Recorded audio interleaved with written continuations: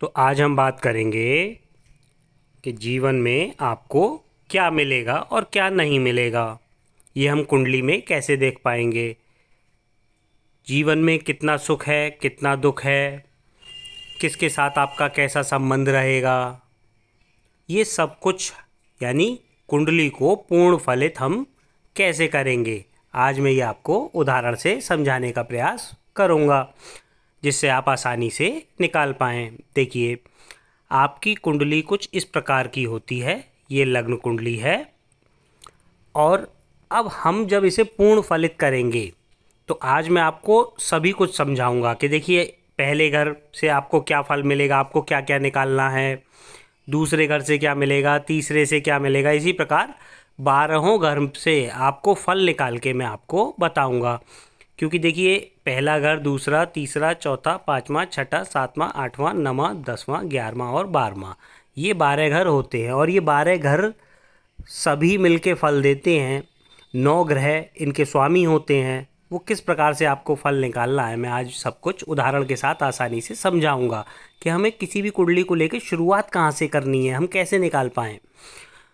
तो देखिए, हमें सबसे पहले क्या देखना होगा कि पहला घर हमेशा यही रहता है। अगर आपको छोटी छोटी बेसिक चीज़ें नहीं पता तो आप जाइए मेरे चैनल पर जाके देखिए, शुरू के 5-6 वीडियो देख लीजिए, उससे बेसिक आप सीख पाएंगे।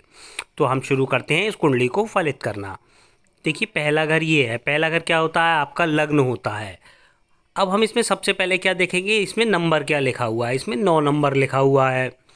तो 9 नंबर का मतलब धनु।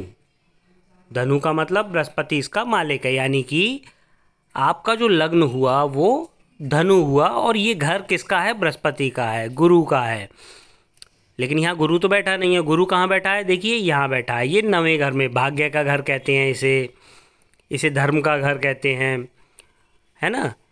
तो लेकिन फिर भी 9 नंबर और 12 नंबर ये जो होते हैं वो बृहस्पति के होते हैं।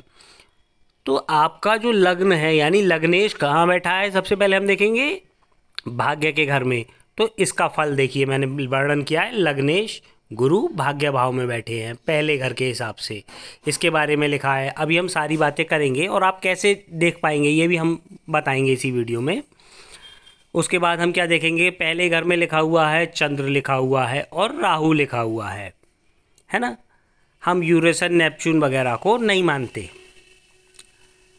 तो चलिए हम पहले घर का वर्णन करते हैं। देखिए, सबसे पहले हमने ऊपर हेडिंग डाला पहला घर। घर का मालिक क्या है? धनु राशि, क्योंकि 9 नंबर लिखा हुआ है।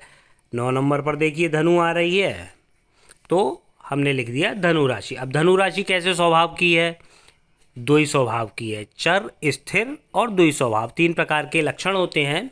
तो इसमें ये द्वि स्वभाव है। अगर आप ये नहीं जानते, मैं फिर से कहूँगा कि आप शुरू के 5-6 वीडियो देख लीजिए, उससे आपको ये निकालना आ जाएगा और ये निकालना आ गया तो सब कुछ आ गया आपको कुंडली। तो देखिए, हमने क्या निकाला कि द्वि स्वभाव राशि, है ना, क्योंकि धनु राशि कैसी है? द्वि स्वभाव है। अच्छा, कैसा तत्व है? तो 9 नंबर की राशि है, अग्नि तत्व है, पुरुष राशि है ना। अब हम फिर से आ जाते हैं कि हमें अब आते हैं फलादेश पे। हमें फलादेश कैसे निकालने हैं? देखिए, आप लिखा हुआ देख पा रहे हैं, लग्नेश गुरु भाग्य भाव में है। ठीक, तो लग्नेश क्या होता है? आपको विद्वान बनाता है, भाग्य भाव में होता है। तो आपकी मित्रता जो होगी वो विद्वानों से होगी, अधिकारियों से कराता है। आपको क्षमाशील, पराक्रमी, तेजस्वी बनाता है।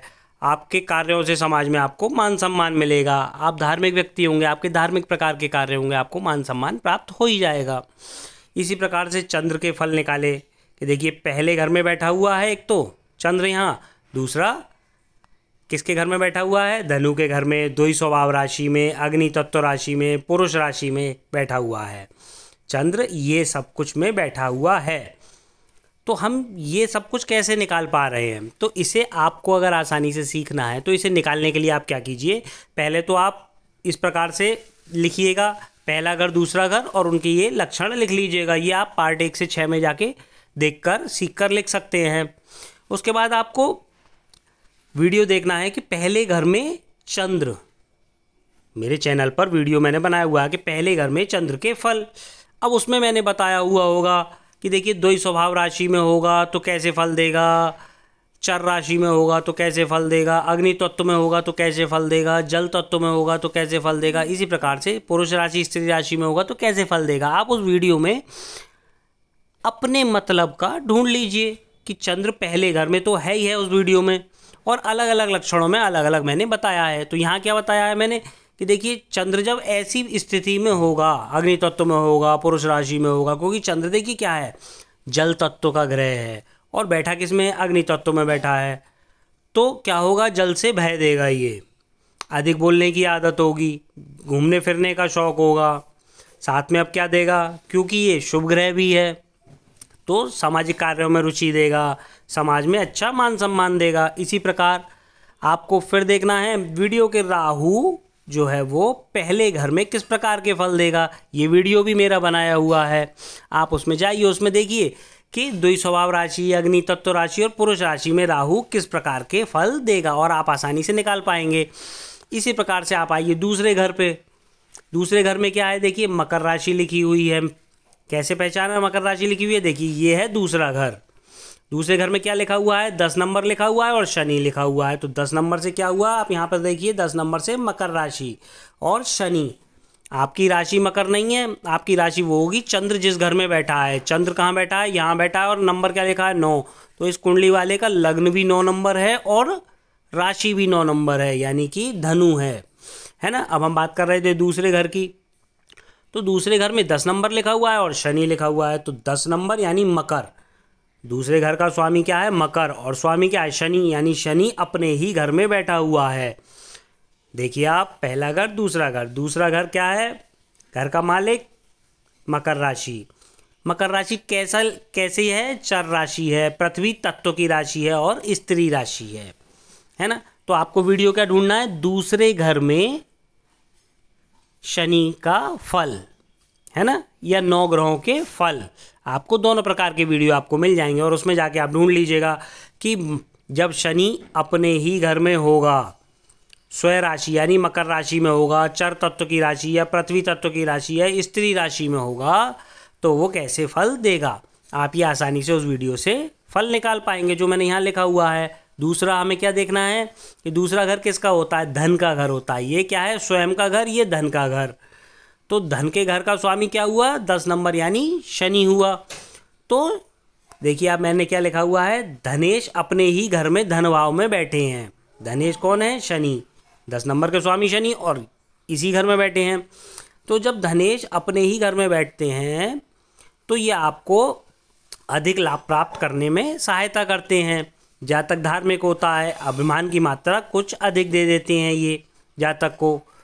अच्छा, अब ऐसे में यहाँ से क्या होता है कि या तो देखो उनके पुत्र होंगे नहीं या फिर कुपुत्र होंगे, इस प्रकार के फल मिलते हैं।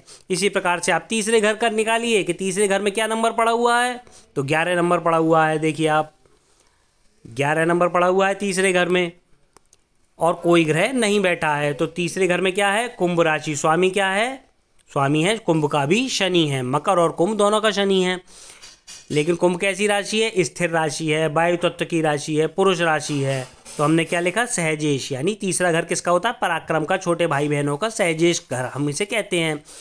तो सहजेश जो है वो शनि बन रहा है, क्योंकि तीसरे घर का मालिक क्या है, कुंभ का, शनि। 11 नंबर का मालिक क्या है, शनि। तो सहजेश क्या बना, शनि। तो शनि धन भाव में बैठे हैं। देखिए आप समझिए, 11 नंबर का मालिक शनि।